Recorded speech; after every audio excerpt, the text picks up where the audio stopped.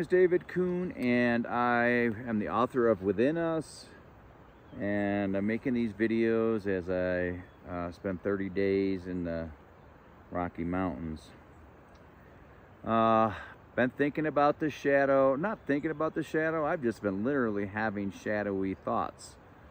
This morning, I don't know where they come from. It's obviously from childhood, or on all the things that has created.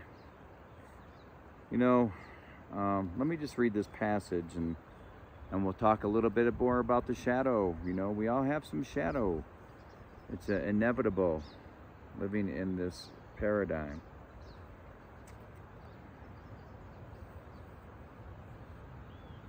When shadow emerges, when shadows emerge, they reflect the unmet needs of unprocessed emotions we have carried since childhood.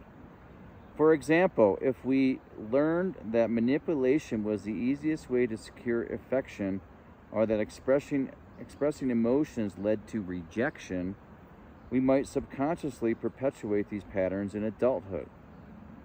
For it is what we know. These shadows can obscure our authentic self, our true nature, making it challenging to live in alignment. For instance, we may yearn for love, but through self-sabotage, a frequent manifestation of shadow energy, prevent the flourishing of love in our life, for we fear vulnerability and intimacy. By exploring our early imprints, we begin to untangle learned behavior from our innate essence of love and boundless capacity for connection. Recognizing where the shadow dwells allows us to bring light and awareness to the ways we communicate and share our emotional truths. Okay. Yeah, we learn a lot of that stuff, and a lot of the shadow emerges, I should say, in childhood. When we are being taught that to be quiet, or to not sing, or when we're crying and we're told not to cry, that boys don't cry, or to be quiet, to not express our emotions. It runs the gamut, and it's not. I'm a parent, and I probably have done the same thing to my kids. It's in our ancestral lineage. My parents, they had it way worse than me. Maybe the best thing for me is my parents didn't really parent very much. It's kind of off, raising myself for the most part. But I do remember a lot of things in my childhood that, just really hurt my feelings. And I wonder, and I'm not, my parents love me, and, for all the things, that they were lacking, I feel like they did the best they could. So I'm not here to rip apart my parents or anything like that. It's just that I was really born in a house of scarcity, and really kind of violent, with my brother, I was the youngest, so my older brothers and sisters, just a lot of things. I'm not going to go into my whole childhood, but I'm sure everybody's got a story. And the thing is we're moving away from that, okay? And the main thing with the shadow is it just needs to be seen, right? There's a lot of guilt and shame around, seeing the shadow and everything that it's created in our lives. Because that's the thing that happens, right? When we have these shadowy aspects of ourselves, we want to make sure that, nobody knows what, those deep, dark thoughts that we're having, make sure that nobody knows. A friend of mine told me his grandmother said, it's okay what you think as long as you don't speak it. I think grandmother had it wrong. I mean, honestly, the thoughts are, if we keep those kind of dark thoughts, I mean, yeah, we don't want to like uh, be talking about our dark thoughts all day, but it is good to like take a look at them and not be afraid of them. And what I've been doing lately is, and I've been doing this work for a long time, and I have a lot of trauma, just more than the normal person. Okay. And so for a long time, I just really didn't feel like I belonged anywhere. And I don't know if it was from the trauma, or I'm some alien, or what it is. And so for the longest time, I had these suicidal ideation, like probably since like 5 years old. And it was like a warm blanket for me, right? When things were out of control and I didn't feel like I was safe, part of me was like, oh, I can just kill myself. I can just off myself. Yeah, so those kind of thoughts that come up, or we don't feel good enough, right?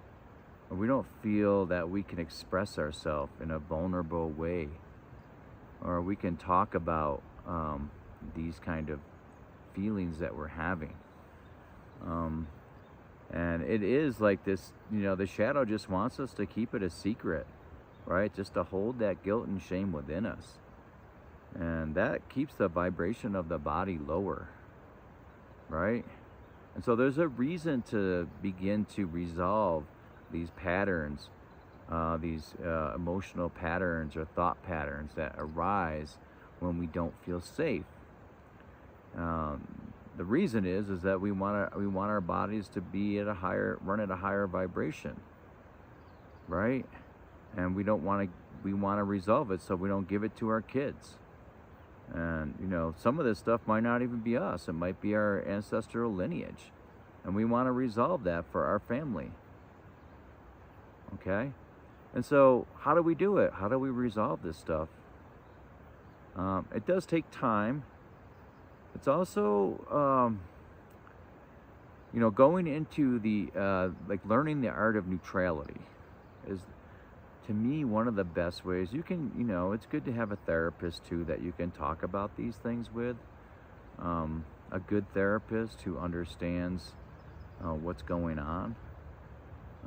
But the art of neutrality is, see it, feel it, move it, right? But without any reaction around it. I would share something. The reason I'm talking about this is I woke up this morning with some really dark thoughts, and I'm like, what the heck? Still, really? Why would that still be presenting itself? And so what used to take me, a day or two or hours to process, it doesn't take me any time at all. I just see it, feel it, move it.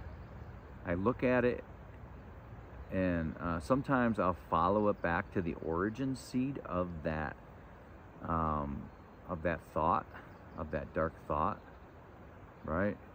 And and these things can come up, and I follow it back, and there it is. And then I just see that moment, that trauma, or whatever happened, and then I might follow it back even farther, see where it goes. And almost always goes to childhood, almost always. Even things that happen in my adult life go back to childhood. And this is some deep work, and it's also very liberating.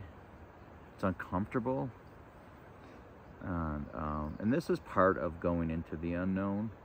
The unknown isn't just like quitting your job and driving up to Colorado Peaks. I mean, that is the unknown. That's like the physical unknown, right? But as you do something like that, all this other stuff, as I in doing that, all this other stuff starts to boil up. I'm all alone up here. No Wi-Fi, no job. I don't know where the hell I'm going. So what? There's no distractions, right? You see what I'm saying? And so the reason why that we want the vibration of our body to rise is because we bring in abundance to our life. Life becomes more of an adventure, and our inner knowing, our intuition starts to be cultivated into something that is beyond our knowing. We become healthier. We want to eat healthier, right? Our life, our relationships are become better, more fulfilling, right? So we can't, if you've ever been outside and the sun is shining, there's my shadow right there, you can't run from the shadow. I mean, that is what the shadow wants, but you can't run from the shadow. You have to face the shadow. We all do. And the shadow is a product of the separation paradigm that we're living in, right? We're not going to have the same kind of shadow in a unity paradigm. It's just not going to be a thing, right? The guilt and shame and the secretness of like who we really are. I always, one of the women that I lived with and had a really tumultuous relationship with used to say, it's our representative. We all have like this representative, like, like behavior modification, right? Which I'm not really very good at.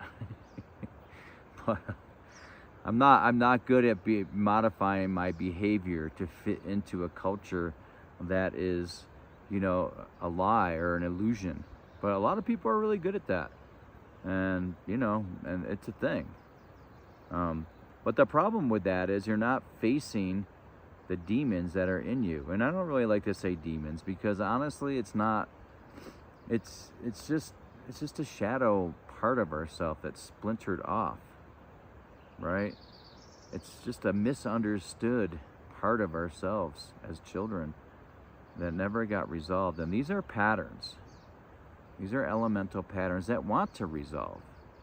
And as the vibration of the planet rises, all this stuff is coming to the surface, and we can even see it in the collective. We can see the collective shadow rising up and wanting to be seen right now, because there is a collective shadow too, right? And some of that, for that reason, there's a collective shadow. It's challenging sometimes to resolve our own shadow tendencies, because everyone around us doesn't want us. Not everyone, but most of the people in our lives are threatened by that. Their own shadow is threatened by us coming into the light, and they want to keep us in the shadow, right? Misery loves company. It's a thing,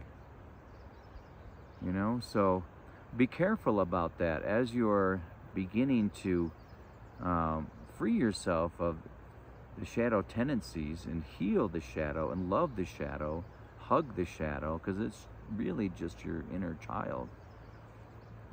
Be careful of those people around you who want to keep you in a lower vibration, because it's uncomfortable for them to see you open up the way you are. You're changing, you're becoming this beautiful human being, and the people around you are scared of that.